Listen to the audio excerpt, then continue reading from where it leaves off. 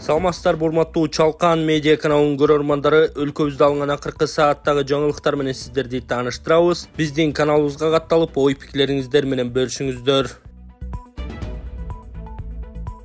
Кыргызстандын бокс боюнча жаштар курамасы дүйнө чемпионатына даярданууда.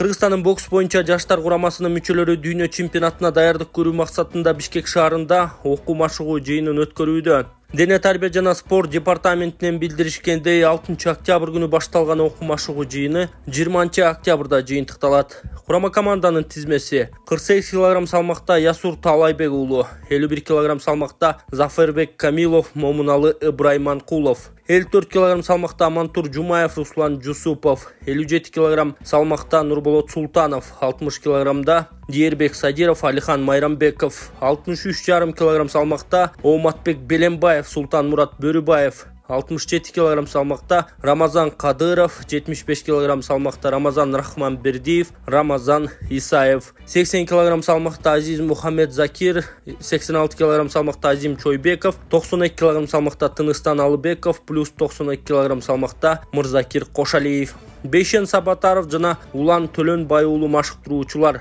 Белгилей кетсек, окуу машыгуу жыйыны ынтымак олимпиадалык резервдеги балдар өспүрүмдөр мектебинин 2024-жылга карата календардык планына ылайык өткөрүлүүдө. Сонун жаңылык, сиз билген жана иченген Умбем клиникасы эми сизге дагы да болсо жакыныраак болду. Анткени бизде жаңы филиал ачылды. Андыктан келип, өзүңүздүн жана жакындарыңыздын ден соолугуна кам көрүшүңүздү сунуштайбыз. Биздин жогорку даражадагы дарыгерлер төмөндөгү адистиктер боюнча кабыл алат: стоматология, гинекология, терапия, лор, хирургия, педиатрия, урология, УЗИ жана башка адистиктер. Лабораториялык анализдин 5000ден ашуун түрү алынат. Жогорку даражадагы стерилизациялоо. Биздин дарек ВДНХ метросу, Кондратюка көчөсү 2. Телефон номерибиз 8925 103 22 55. Кабыл алууга алдын ала жазылып келүүңүздөрдү суранабыз. Умбем клиникасы. Сиздин ден соолугуңуз, биздин камкордук. Айдоочулук күбөлүк алуу үчүн экзамендер онлайн көзөмөлдөнөт. Кыргызстанда айдоочулук күбөлүк алуу экзамени эми онлайн режиминде байкоого болот деп билдирди Транспорттук каражаттарды жана айдоочулук курамдык каттоо боюнча мамлекеттик агенттиктин басма сөз кызматы 18 октябрда. Бүгүнкү күндө Бишкек жана Ош шаарларындагы 2 аймактык бөлүмдө пилоттук режимде онлайн трансляция ишке киргизилди. Бул чечим коррупцияны жоюу жана айдоочулук күбөлүк алуу процессинин ачык айкындуулугун камсыздоо максатында кабыл алынды. Ошондой эле бул иштин алкагында квалификациялык экзамендерди тапшыруу, айдоочулук күбөлүктөрдү берүү, алмаштыруу жана сактоо боюнча иштерди уюштуруу боюнча нускамаларга бир катар өзгөртүүлөр киргизилди.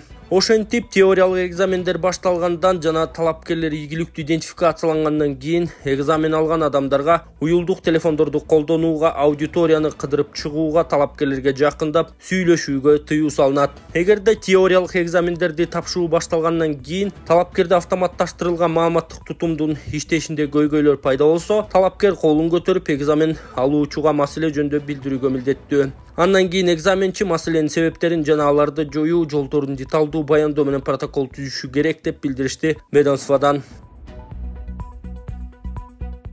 Кара сууда 6 жашар бала ок жеп ооруканага түштү. Чоо жайы. Ош облустук ооруканасына бүгүн кечинде 6 жаштагы бала ок жеп түшкөн. Бул туурасында Ош облустук ички иштер башкы башкармалыгынан билдиришти. Милиция окуя Кара суу районундагы Падаван айылына караштуу аймакта саат 20:30 чамасында болгонун айтты.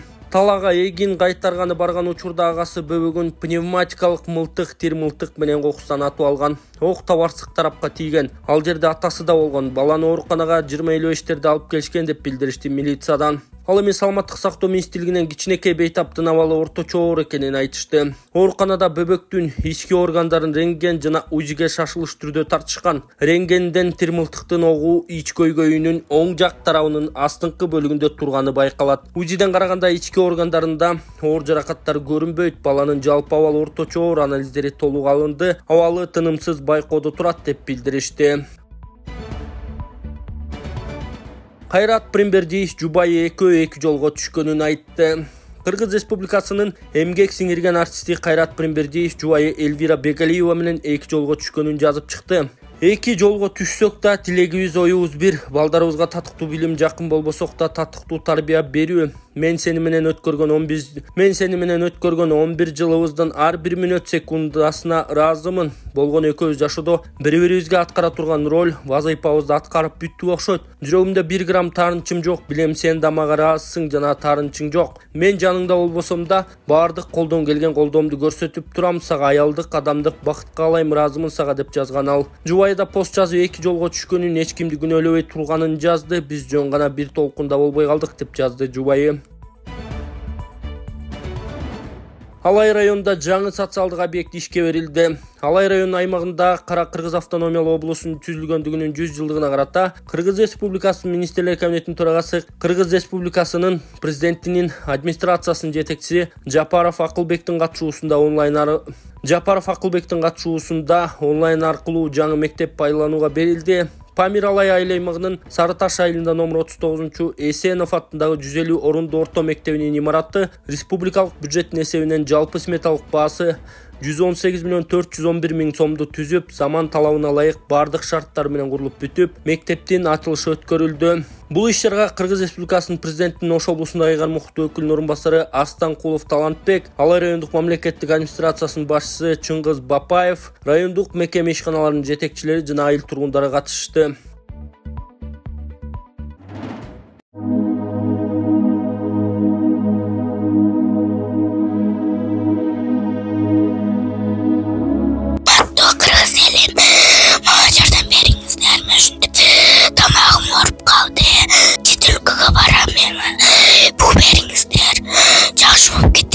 Эгер колуңуздардан келсе дагы жардам берип коюңуздар.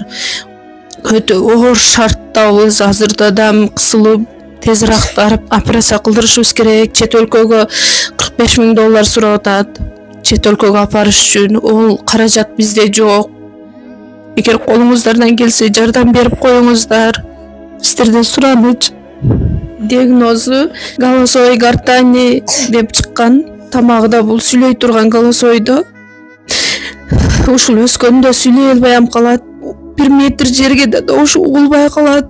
Бир ан жерде калып кетеби деп коркомун. Үнү да чыкпайт. Мектепке барса балдар камсытат, сен сакоосуң, жакшы сүйлөй албайсың деп. Ошо кызым элдин арасына кошулуп кыз болуп кетиш үчүн жардам берип коюңуздар. Өтө суранам сиздерден. $45.000 керек чет өлкөгө апарганы. Үй жайларыбызга эч нерсебиз калбады. Сиздерден сураныш, жардам берип коюңуздар. М-банк Анархан деп чыгат, Сбербанк Гүнназик деп чыгат. М-банктагы номерге чалсаңыздар тактап мен өзүмдө болот. Сураныш, сиздерден жардам берип коюңуздар. Жакшы болуп кетсин деп Кудайдан түнү күнү Кудайдан тилеймин. Битте кызым бар. Ошо кызым үчүн жардам берип коюңуздар. Альянс алтынга УКМК кызыгып койсо, ооба маселе бар. Жер үйдүн акырынан демөөрчүлүк кылган Альянс алтынга нааразы тараптар ачык билдирүүгө чыга алышпай, иштен бугуп жатышканы, тоголок каттарды тийиштүү органдарга жөнөтүшсө майнап чыкпай каралбаганы кандай? Жардам колдоо иретиндеги иш-чараларын жардамалашып, көшөк артынан кымырып жатышабы? Абалды иштен билген, бирок аттарын ачык чыгаруудан айбыгышкандар тар чөйрөдө нараазычылык жаратышкан эшиттик. Качан жаралышат? Мындай УКМК ыкчамдык менен текшере койсо, солго кеткен миллиондор ачыкталабы? Күтө туралы деп жазган Арбакейжи сайты. Түптө 88 миллион сомго оорукана курулду. Ысык-Көл облусунун Түп районунун Түп айылында 60 орундуу ооруканага комплексин курулушу бүткөрүлүп, пайдаланууга берилди. Мам курулуш агенттигинен билдиришкенде, оорукана замандын талабына ылайык курулуп, заманбап аппараттар менен камсыздалды. Объекттин курулушуна 88 миллион сомдон ашык каражат бөлүнгөн. Оорукана комплексин 1138 чарчы метрди түзгөн 2 кабаттуу имаратында төрөт зал, жандандыруу бөлмөсү, операция залы, процедуралык бөлмөсү жана 2-3-4 орундуу палаталары каралган. Белгилеге комплекстин курулушу 2015 жылы республикалык бюджеттин эсебинен башталган. Москвада Кыргызстан менен Россиянын интеллигенциясынын өкүлдөрү кызматташтыкты талкуулашты. Москвада Кыргызстандын чыгармачыл жана илимий интеллигенциясы уюштурган достук көпүрөсү Кыргызстан менен Россиянын маданий жана илимий кызматташтыгы аттуу форум болуп өттү. Бул тууралуу Маданият министрлиги билдирди. Иш-чара Кыргызстандын маданият күндөрүнүн алкагында жана Кара Кыргыз автономиялуу облусунун 100 жылдыгына арналып уюштурулган. Форум окумуштуу Осмонакун Ибраимовдун жаңы китебинин бет ачары менен башталган. Андан кийин Кыргызстан менен Россиянын маданият жана илим чөйрөсүнүн көрүнүктүү өкүлдөрү бул жааттагы кызматташтыкты бекемдөөнү талкуулашкан. Соңунда китепканага экскурсия уюштурулган. Эске салсак, 22 октябрга чейин Россиянын Москва жана Санкт-Петербург шаарларында Кыргызстандын маданият күндөрү өтүп, бир катар иш-чаралар болот. Муну менен Кыргызстандын маданиятын жана тарыхый мурасын Россиянын жашоочуларына таанытуу үчүн уникалдуу мүмкүнчүлүк түзүлөт. Кара сууда ок тийип ооруканага түшкөн балага операция жасалды. Табарсык тарабына ок тийип, Ош облустук ооруканасына түшкөн 6 жаштагы балага операция жасалды. Бул тууралуу Саламаттык сактоо министрлиги билдирди. Баладан пневматикалык мылтыктын тирдин огу алынды, анын абалы туруктуу дешти мекемеден. Бишкектеги конок үйлөрдүн биринде жашуун казино табылды. Бишкекте жашуун кумар оюндарын өткөрүү жайы аныкталды. Бул тууралуу ИИМдин басма сөз кызматы билдирди. Маалыматка караганда, ИИМдин кылмыш иликтөө башкы башкармалыгынын ыкчам кызматкерлери тарабынан Бишкек шаарынын аймагында кумар оюндарын уюштуруу фактысы боюнча маалымат алынган. Уюшкан кылмыштуу топтун мүчөсү катары ИИМдин ыкчам каттоосунда турган адамдардын кумар оюндарын уюштурууга катыштыгы болушу мүмкүндүгү жөнүндө дагы маалыматтар болгон. Чогултулган материалдардын негизинде 1-Май райондук Ички иштер башкы башкармалыгынын тергөө кызматы тарабынан кылмыш жаза кодексинин 219 жана 1-беренеси кумар оюндарын мыйзамсыз уюштуруу боюнча кылмыш иши козголгон. ИИМдин кылмыш иликтөө башкы башкармалыгынын кызматкерлери тарабынан узак мөөнөттүү ыкчам иштери жүргүзүү менен керектүү маалыматтарды топтоп, ыкчам тергөө иш-чараларынын комплекси өткөрүлгөн. Андан аркы иштердин жүрүшүндө жашуун кумар оюндарын, покерди өткөрүү орду аныкталган. 18 октябрда Бишкек шаарынын Турусбеков көчөсүндө жайгашкан конок үйүндө тинтүү иш-чаралары жүргүзүлгөн. Кумар оюндарын ойноочу жайдын уюштуруучусу жана иштеп жаткан кызматкерлери да кармалган. Уюштуруучу 94-жылы туулган жаран. Ошондой эле дилердин милдетин аткарган 1987-жылы жана 1987-жылы туулган жарандын экөө аныкталып, Ички иштер министрлигине жеткирилди. Кумар оюндарын мыйзамсыз уюштурууга шектелип, уюштуруучулар 1994-жылы туулган ШР жана 1993-жылы туулган КС аттуу жаран кармалып, убактылуу кармоо жайына киргизилген. Учурда бул кылмыш боюнча тергөө иштери улантылып жатат. Бишкекте жүргүнчү жол акысын төлөбөй таксистке кол салып акчасын алып кеткен. Бишкек шаарынын 1-Май райондук ички иштер бөлүмүнүн кызматкерлери тонуу фактысына шектелген жаранды кармашты. Аталган башкармалыктын басма сөз кызматы билдиргендей, 11 октябрда милиция арыз менен таксист кайрылган. Таксисттин айтымында, ошол эле күнү Исанов менен Ыскулов көчөлөрүнүн кесилишинде анын жүргүнчүсү 1150 сом жол кире акысын төлөөдөн баш тарткан. Аны учтуу нерсе менен коркутуп, таксисттен 500 сом алып, андан соң изин жашып кеткен. Бул факттын негизинде кылмыш жаза кодексинин каракчылык беренеси боюнча кылмыш иши козголгон. Криминалдык милиция кызматкерлери тарабынан каракчы профилактикалык иш-чарасын жүрүшүндө кылмышка шектин өздүгү такталган, ал 1985-жылы туулган жаран экени аныкталган. Шектүү кармалып 1-Май райондук ички иштер башкы башкармалыгынын тергөө бөлүмүнө жеткирилген. Маалым болгондой, кармалган жаран буга чейин да ушул сыяктуу кылмыш иштер боюнча бир нече жолу соттолгон. Учурда ал Бишкек шаардык ички иштер башкармалыгынын убактылуу кармоочу жайына киргизилип, тергөө иштери улантылууда.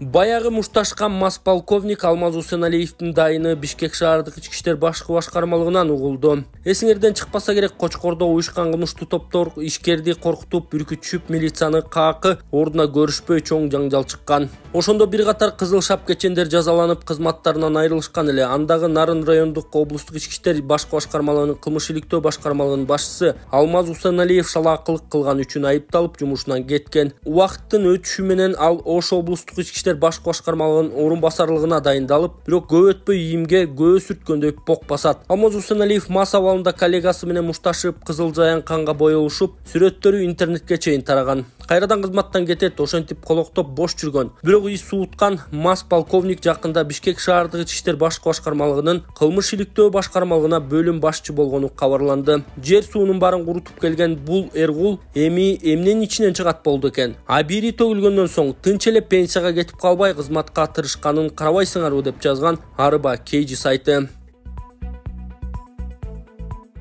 Эч ким силерден акчаңарды жеп албайт. Бишкек мэриясы жүргүнчүлөргө кайрылды. Бишкек шаардык мэриясы коомдук транспорттун жүргүнчүлөрүн жол кирени карта менен төлөөгө кайрадан чакырды. Анда карта менен төлөгөндө жол акы 17 сомду түзөөрү эскертилген, накталай төлөм менен жол кире 20 сомдон. 20 сомдон төлөгөн акчаңар автобазанын эсебине толук түшпөй жатат. Бул көрүнүш улана берсе 4-5 жылдан кийин жаңы автобустар дагы мурдагыдай автобустардын мүрзөсүнө айланат. Булар бери дегенде 15-20 жыл кызмат кылышы керек деген мэрия. Ошондой эле шаардык администрация автобазага каражат түшпөсө аларга өз учурунда тетиктер алынбай, оңдолбой калаарын белгилеген. Мындан тышкары Бишкекке тез келип тургандар жол кире көтөрүлсө 40 сомдон төлөйбүзбү деген суроого жооп берген. Силер да карточка алып 100 сомдон 1000 сомго чейин акча салып койгула. Шаарга келбесеңер, автобуста жүрбөсөңөр 1 жыл болсо да акчаңар сакталып турат. Эч ким силердин акчаңарды жеп албайт деп жазылат мэриянын кайрылуусунда. Жалпысынан шаардагы жүргүнчүлөрдү 1500 автобус тейлерин кошумчалашты. Эске салсак, буга чейин президент Садыр Жапаров да жүргүнчүлөрдү автобустардан акталай эмес төлөмгө өтүүгө чакырып бишкектиктерге нааразы болгон.